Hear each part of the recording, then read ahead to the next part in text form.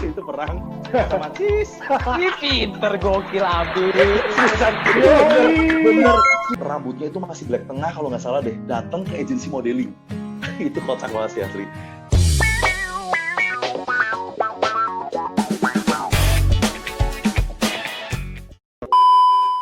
Mantap jiwa. Apa nih? 10 detik. Gorila. Salah. Gorila. Tetot. Tidak benar. Saya lempar ke Kadika. Silakan Kadika. Hewan. Apa yuk? Oh, apa sih? 1, Dik. 2, Gak ngerti deh gue. apa Saya tahu guys. Ih, Oh, saya Kadika. tahu. Aduh. Tahan. Sudah salah. Kadika tahu Kadika? Harimau bukan sih? Gak ada ya? Harimau bukan, Kadika salah. Willy. Pembinanya Ayo gitu. Willy, kesempatan Willy. Ayo Willy. Habis pilih saya ya. Udah habis dong, habis. Aduh. 1, Willy. 2, 3. Apa Will? Nggak tahu dah. Tetot. Coba Kogi jawab apa? Saya coba tebak serigala.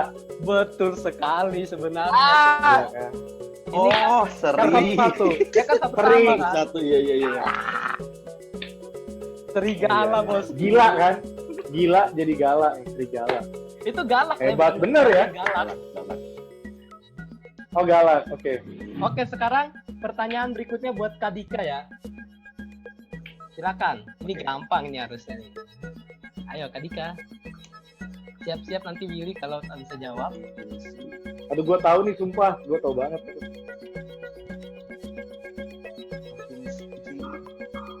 Provinsi di Indonesia kan? Merah, Kadika. Ayo Kadika. 1, 2, Ini menurutnya dari Sabang sampai Merauke ya. 3. Ya, apa Kadika? Pas. Nggak bisa. Pas. Oke, Willy. Berarti Willy. Bangka. Iya, salah. Salah. Iya, salah. Ya, Kogi. Banten. Iya, Banten. Betul. Banten. Ini ada gambar. Ban. Iya, Itu nggak salah loh. Bangka, angka kan? Gak ada, agak dari situ. Ini ban, ini 10 ya. 10. Oke, mantap. Tadi buat Kadika ya. Berarti sekarang buat Willy. Billy.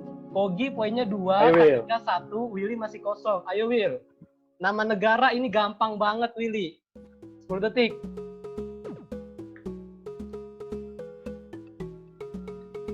Ayo, Will, pecah telur, Will. Pecah telur. 1. Buka mute-nya Will. 2, 3. Apa aja Will? Buka mute-nya. Ayo.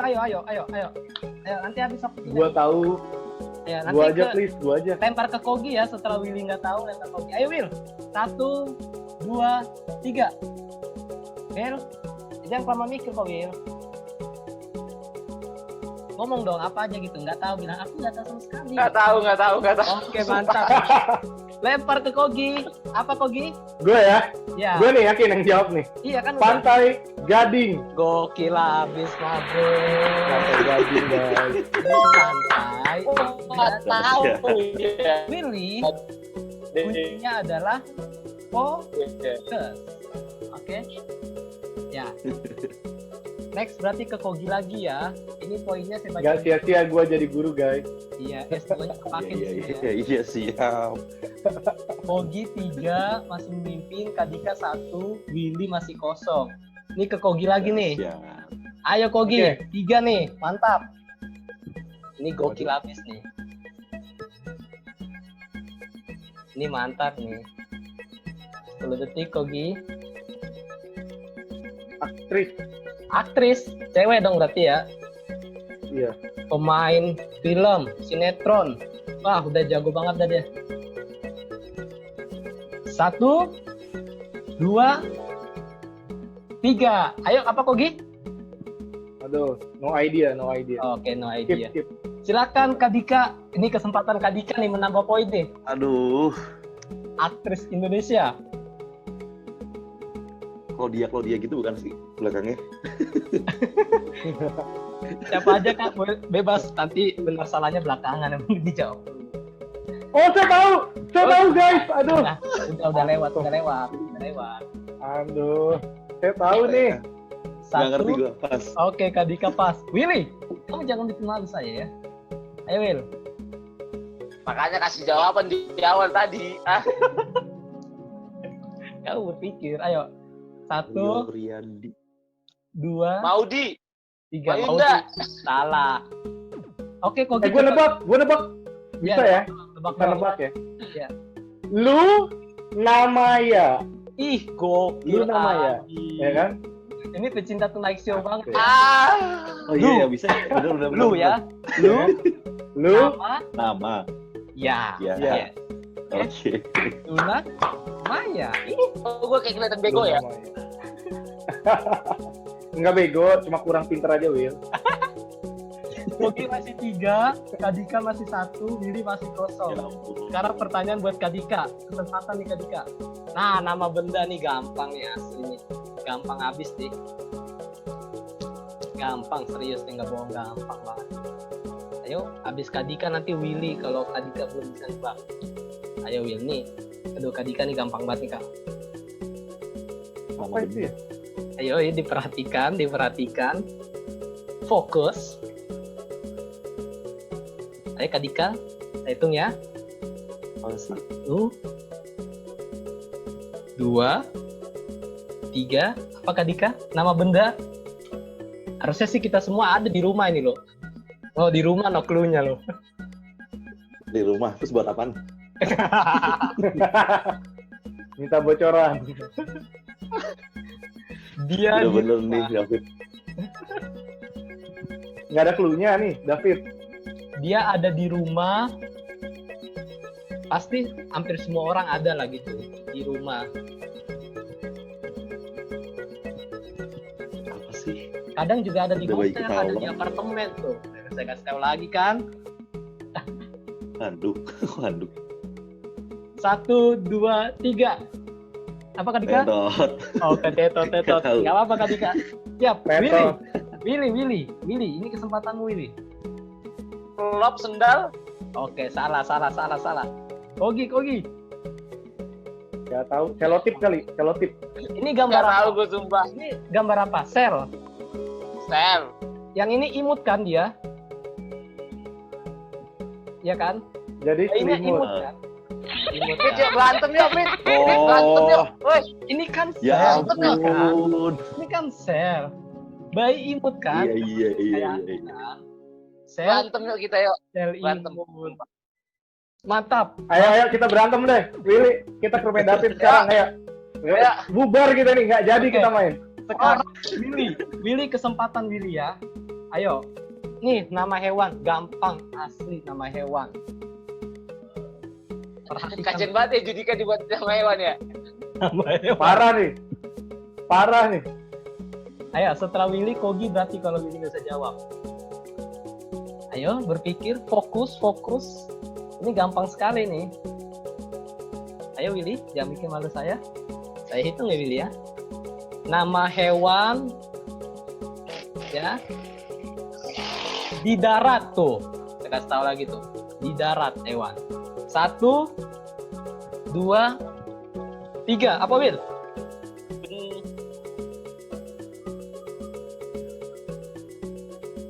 Ayo. Ini. 1, 2, 3. Apa Penyu. Will? Penyu. Salah. Nggak tahu. Kogi, silahkan. Aduh, yang susah nih. Gimana sih? Kok sama gue yang susah ya? Kok Ini nyebelin gampang loh guys. Ini gampang. Iya. Ya sama lu kan. Kadika kayaknya udah buat. tahu nih ya. Belum. Ayo nama hewan di darat loh. Jangan jauh-jauh. 1, 2, 3. Kogi apa? Ayam. Ayam. Salah, dari mana ayam? Ayo Kadika, ayo. Nggak ada. Kesempatan Kadika. Kambing. Ini judikannya lagi ngapain? Kamu gitu kan. Nunjuk. Nyanyi. Judikannya lagi nyanyi bahasa Inggrisnya. Nyanyi. Sing. Singa. Oh, huruf A. Sing A. Aduh. Willy masih kosong ya. Kadika 1, Pagi 3, Kogi 3. Oke, Mak. Astaga. Sekarang ke Kogi, oke? Sekarang ke Kogi. Siap. Ya, Siap, saya masih bisa. nama Mighty benda. Hero, sesuai Ini nama saya. gampang. Ini nama benda gampang banget asli.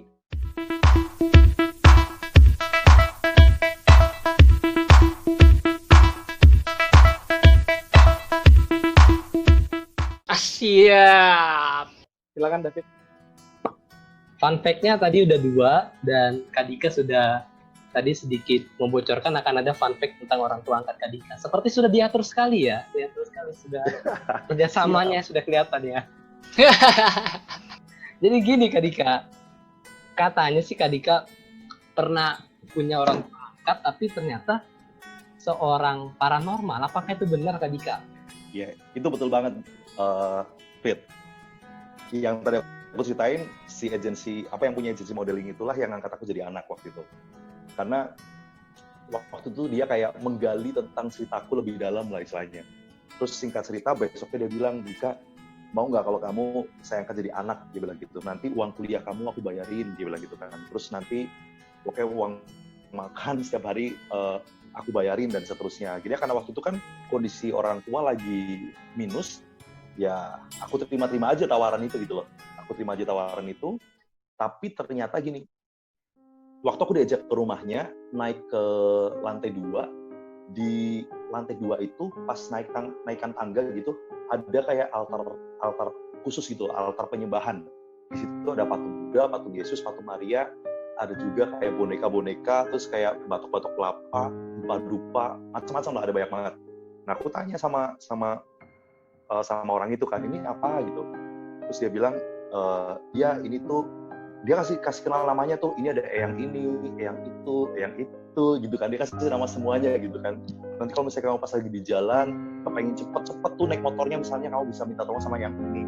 Kalau misalnya kamu lupa barangmu di mana, kamu bisa minta tolong sama yang ini. Jadi dia kenalin semua yang ada di situ gitu kan. Nah waktu itu tuh herannya aku masih percaya sama yang seperti itu.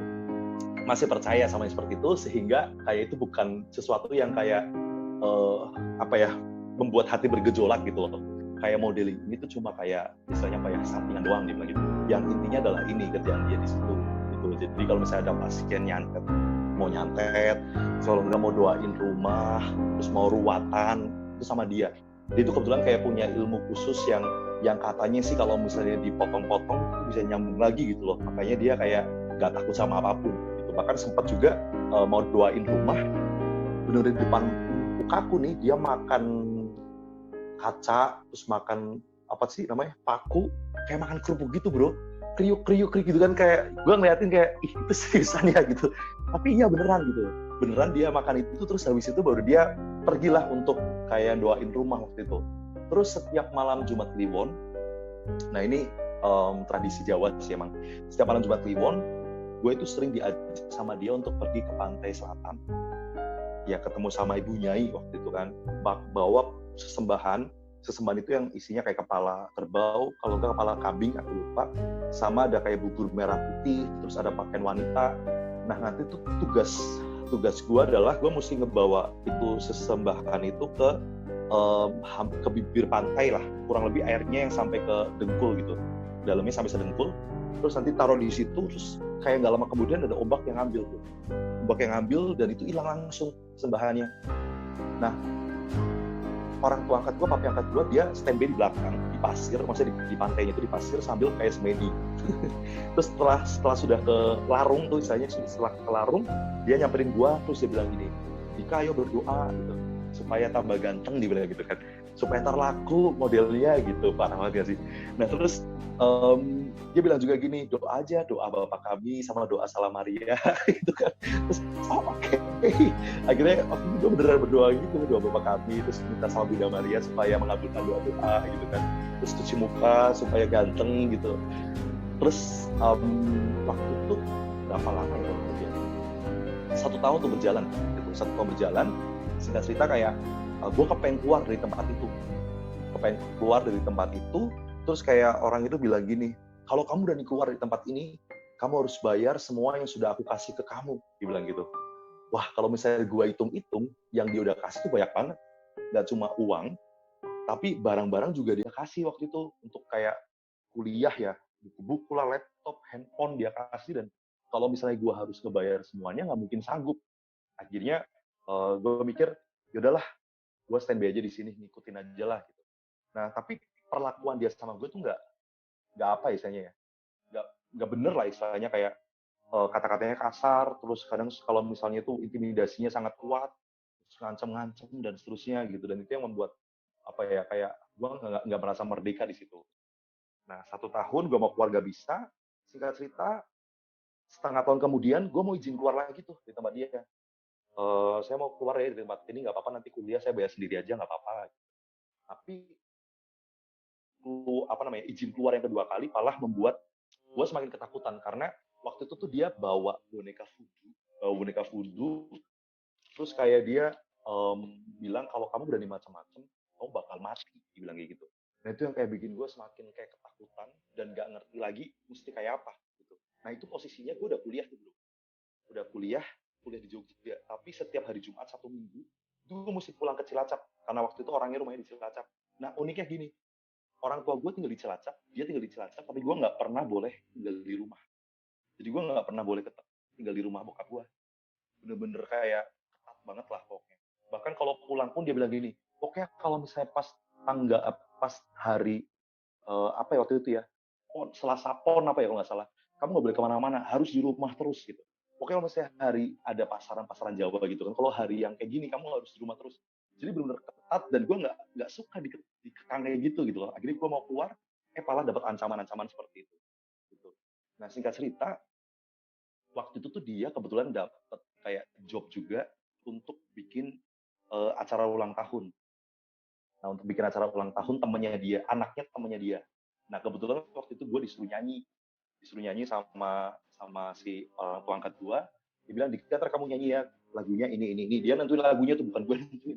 Dia nentuin lagunya, terus akhirnya kita latihan selesai. Tibalah harinya pentas waktu itu kan. Nah singkat cerita setelah acara ulang tahun itu selesai, ada satu pemain piano di Cilacap, lumayan terkenal orangnya.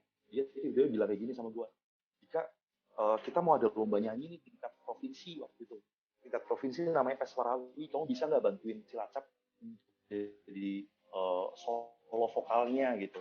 Terus karena waktu itu emang hobi gue nyanyi, terus gue bilang sama omnya, oh boleh om, gimana caranya gitu.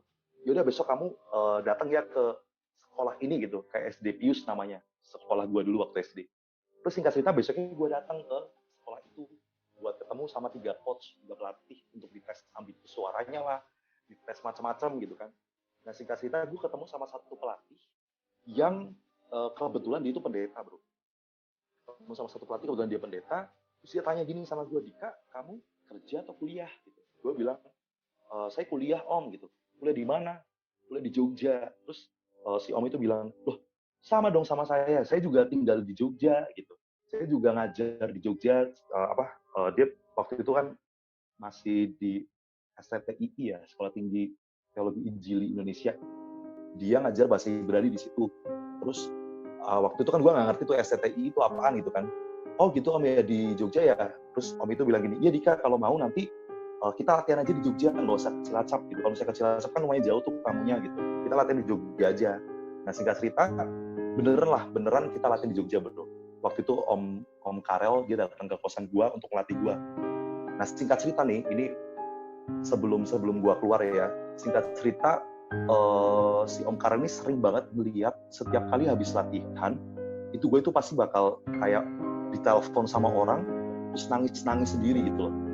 Nah terus habis itu Om Kanya tanya, kenapa kamu kok nangis gitu? Terus gue bilang, nggak apa-apa om gitu. Sampai akhirnya dia kayak gali informasi lebih lanjut, kenapa kok gue nangis, dan akhirnya gue berani jujur bahwa gue punya orang tua angkat, tapi perlakuannya kayak gitulah ke gue, kayak nyakitin terus kayak gue kayak diancam-ancam, mau dibunuh lah, mau diapain lah, jadi gue ketakutan, nangis gitu. Terus Om Karel ini singkat cerita ngajakin lah waktu itu ke rumah hamba Tuhan, terus ketemulah sama satu oma, yang mana Om Karel ini juga udah setahunan lebih nggak ketemu sama oma itu gitu. Nah terus akhirnya datanglah ke rumah oma, ngobrol lah sekitar 10 menit karena waktu itu udah jam 8 malam ya. Kalau di Jogja kan agak, apalagi di daerah perkampungannya itu agak kayak kalau udah malam udah sepi gitu loh. Nah akhirnya jam 8 malam kita datang cuma ngobrol 10 menit, terus tiba-tiba Oma itu ngajakin doa. Saya doakan kamu ya gitu. Nah waktu Oma itu ngedoain, gue cuma heran gitu dalam hati, kok ini Oma bisa ngerti tentang kehidupan gue dari gue kecil sampai hari ini waktu gue didoain gitu loh. Itu yang kayak bikin gue amazed sama Oma ini gitu. Karena waktu itu kan kayak gue merasa bahwa papi angkat gue yang paling sakti gitu loh. Bisa doain orang, bisa nyembuhin orang sakit, bisa nyantet orang gitu. Tapi ternyata gue lihat ada satu Oma yang ngedoain gue dalam nama Yesus, dia ngerti semuanya gitu. Nah di situ kayak gue kaget, dan setelah berdoa, gue tanya sama Oma itu, Oma kok bisa tahu tentang kehidupan Dika ya gitu. Padahal kan belum pernah ketemu nih sebelumnya. Om Karelnya juga baru pertama kali ketemu setelah setahun nggak ketemu. Terus Oma itu bilang, iya soalnya waktu saya doain kamu, saya seperti dikasih tunjuk film tentang diri kamu dari kamu kecil sampai hari ini kamu didoain. Terus kira-kira kayak gue ngerasa kayak, wah luar biasa banget nih Oma gitu. Dan satu lagi, waktu di tengah-tengah doa itu, tiba-tiba kayak di bagian ulu hati gue itu kayak rasa sakit banget. Dan Oma itu terus kayak doain, lepas gitu kan. Terus kayak apa ya, kayak akhirnya karena sakit banget, akhirnya gue teriak kenceng gitu loh, karena rasa sakit. Nah Oma itu gue tanyain, Oma kenapa tadi kok kayak sakit banget ulu hatiku gitu kan. Terus Oma itu bilang, iya Dika, soalnya waktu saya doakan kamu, saya lihat kayak ada cincin yang ditanam di bagian ulu hati kamu gitu. Kamu sudah terpikat gitu sama ada satu orang yang ngikat kamu untuk jadi tumbal, dia bilang gitu kan. Terus dia bilang gitu lebih detail lagi, orangnya itu agak pendek-pendek, terus etnisnya Chinese, terus suka pakai belangkon, terus suka pakai celana cungklang, suka pakai jas hitam ya gitu. Dia tanya sama gua kan si Omanya, terus dia bilang, iya Oma, kok Oma bisa tahu gitu. Nah karena setiap kali kita ke Pantai Selatan dan setiap kali dia praktek perdukunan itu pakainya gitu, belangkon lah, terus celana cungklang sama jas hitam gitu kan. Ya Oma, kok Oma tahu? Ya soalnya waktu saya doakan kamu, orang itu datang gitu, dibilang kan. Orang itu datang di pintu gitu, saya lihat rohnya ada di pintu gitu. Wah itu bikin gue kayak tambah shock banget gitu. Kok bisa sih sampai seperti ini gitu loh. Terus akhirnya kayak Oma itu bilang, Dika kalau misalnya kamu mau lepas dari orang itu, hari ini juga kamu harus tinggalkan orang itu. Kamu harus putus hubungan, dan nanti saya doakan lagi gitu. Kamu besok pergilah ke gereja, kita doain sama-sama sama pengerja-pengerja di gereja. Nah, akhirnya mulai dari situ, gue putus kontak sama orang tua angkat gue. Teman-teman dari kampus lain yang dengar tentang kesaksian gue, dia mulai ngundang untuk kesaksian di kampus mereka, gereja yang mulai ngundang. Sampai akhirnya kayak panggilan Tuhan semakin jelas bahwa, oh iya, gue juga harus melayani pekerjaan Tuhan sebagai tanda syukur gue sama Tuhan. Itu panjang banget ya. Wow, keren banget sih Kak. Keren habis. Nah, cuma setelah Kak Dika meninggalkan gitu, orang tua angkat Kak Dika sendiri gimana? Apakah tetap mencoba berkomunikasi dengan kakak atau memang sudah benar-benar lepas gitu? Ya, waktu gue lepas dari orang itu tuh setiap hari dia itu datang ke asrama. Waktu itu kan asrama sudah selesai, ke kontrakan maksudnya. Datang ke kontrakan nyari Kak Dika sampai tanya ke teman-teman, bahkan ada satu dosen di kampus waktu itu tuh sohiban banget karena dosen gua pernah didoain sama si papi angkat gua. Gara-gara sakit itu kan jadi sohiban deket gitu. Dosen agama loh pada. Terus setelah itu dia menghubungi dosen gua, terus nyarilah keliling Jogja waktu itu tuh sempat ketemu sebenarnya waktu itu pas kebetulan gua lagi main di satu gereja di Jogja. Terus si orang itu tuh lewat di samping gua masih lagi di mobil nih, diem, terus tiba-tiba kayak, wih, papi gitu. Gua bilang sama teman gua di sebelah gua, papi gitu. Terus dia lewat ke gereja. Nah di gereja itu kebetulan tempat Om Karel melayani. Nah gue juga heran kenapa kok orang itu bisa tahu alamat gereja itu gitu loh. Tahu dari mana? Ternyata coba gue tanya sama teman-teman di kontrakan waktu itu, ternyata dia tuh katanya ngobrak-abrik lemari. Dan di lemari itu gue ingat gue pernah jadi juri lomba nyanyi, dan kayak ada alamat gerejanya lah di situ loh. Ada alamat top suratnya itu alamat gereja, dan mungkin waktu itu dia nyari sampai gereja itu, dan pas kebetulan gue ada di situ tapi pas lagi di mobil gitu.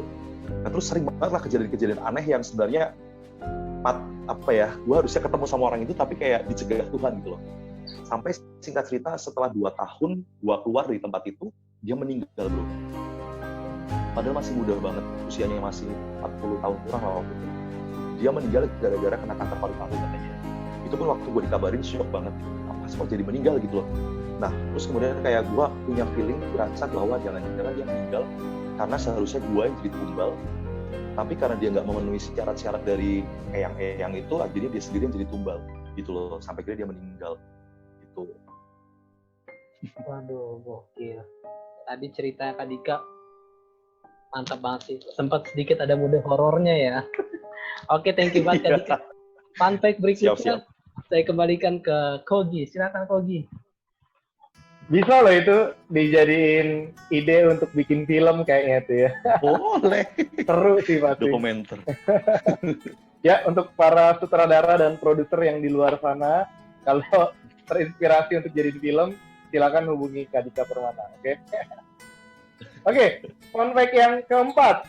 Nah, jadi setelah proses panjang, Kak Dika bertobat, kemudian Kak Dika aktif pelayanan sampai ke Jakarta, terus mulai mendirikan satu komunitas yang mungkin banyak sahabat santuy juga udah pernah dengar, Infinite Community.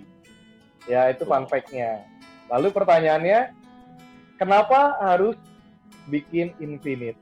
Apalagi yang kami tahu nih, Infinite ini independen, artinya tidak berdiri di dalam gereja. Jadi komunitas terbuka untuk siapa saja yang merasa muda, gitu. Bener nggak, Kak Dika? Betul banget, Kogi. Karena waktu itu kan singkat cerita kayak habis lulus dari Jogja, dapat panggilan lah untuk kerja di Jakarta gitu. Tapi memang posisinya waktu itu benar-benar gue melayani Tuhan gitu loh, karena ada kerinduan dan panggilan secara khusus yang Tuhan mau beri. Cuma gue mikir gue juga dikasih Tuhan kemampuan untuk jadi akuntan. Akhirnya waktu itu dapat panggilan lah, jadi dapatlah panggilan untuk jadi seorang akuntan di satu perusahaan di Jakarta. Nah terus kemudian itu pun setelah 2 tahun atau setahun di Jakarta barulah bikin komunitas Infinite. Karena waktu itu ketemu sama Audrey gitu, ketemu sama Audrey dan bergereja di gerejanya Audrey. Terus kayak kita kayak gue ngelihat kayak pemuda di gereja itu waktu itu masih off. Terus kok sayang banget ada anak-anak muda tapi nggak dibikin ibadah. Nah waktu itu tuh sama beberapa teman-teman mengusulkan untuk bikin ibadah youth namanya Infinite Youth gitu. Terus berjalanlah Infinite Youth itu sampai akhirnya gue sama Audrey berpikir kalau misalnya kita kasih nama Infinite Youth berarti kan kayak ini benar-benar pemuda dari gereja secara spesifik gitu loh. Nah akhirnya kita berpikir gimana kalau misalnya kita lebih terbuka lagi, jangan pakai youth lagi tapi pakai community, sehingga siapapun yang mau join bisa join, dan kita punya fungsi adalah memperlengkapi mereka yang mau join bareng sama komunitas kita gitu. Akhirnya terbentuklah Infinite Community yang pertama kali waktu di Jakarta Utara gitu. Dan setelah itu kayak Tuhan ngasih visi yang lebih besar untuk Infinite Community, sampai akhirnya terbukalah beberapa istilahnya kayak camp-camp baru komunitas tersebut gitu. Dan puji Tuhan juga ada banyak anak-anak muda yang kayak mau join gitu. Dan memang kita juga nggak mengikat mereka dalam tanda kutip kayak, tapi kalau lu join lu mesti ikut jadi jemaat gereja gua ya, enggak gitu.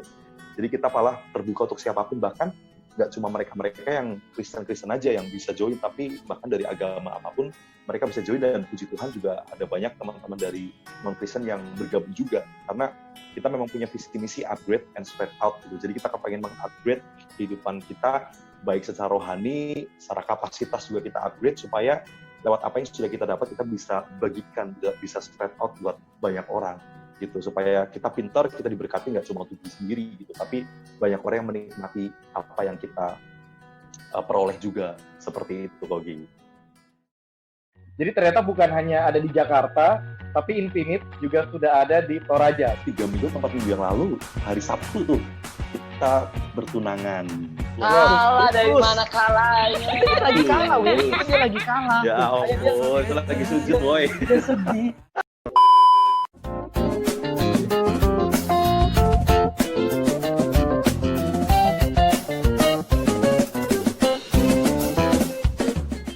Santuy Story, santunya kita ya di sini.